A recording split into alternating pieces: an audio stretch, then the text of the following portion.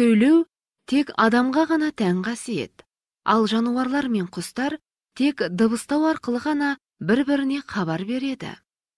Ауызекі сөйлеу бұрын пайда болған. Ол кезде жазу, сызу жоқ болатын. Адамдар ауызекі тілде ғана сөйледі. Ол заманда адамдар ертегі айтты, өлең айтты. Батырлардың ерлігін де ауызша айтып келді. Кейін суреттер сала бастады. Алғашқы суретті тасқа қашады.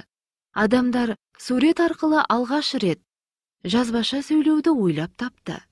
Содан кейін сол суретті таңбалауға кірісті. Кейін таңбадан әріп пайда болды. Алғаш рет теріге жазу жазды. Енді адамдар өз ойын жазбаша жеткізетін жағдайға жетті. Бұдан кітаптар, газеттер, журналдар жарыққа шықты. Баспаханалар салынды. Сөйтіп, жазбаша сөйлеу пайда болды. Ал енді сөйлеу қалай жүзеге асады? Зерттеп көрейік.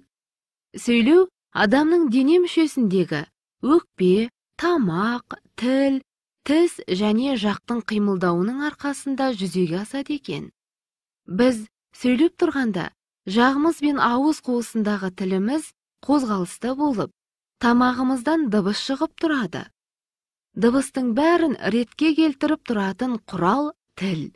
Сондықтан тіл сөйлеудің басты құралы болып саналады. Есіңде сақта, сөйлеу біреумен әңгімелескенде, сұрақ жауап алғанда жүзеге асады. Тіл мен сөйлеу бір-бірімен тығыз байланыста болады. Тіл сөйлеусіз, сөйлеу тілсіз жүзеге аспайды.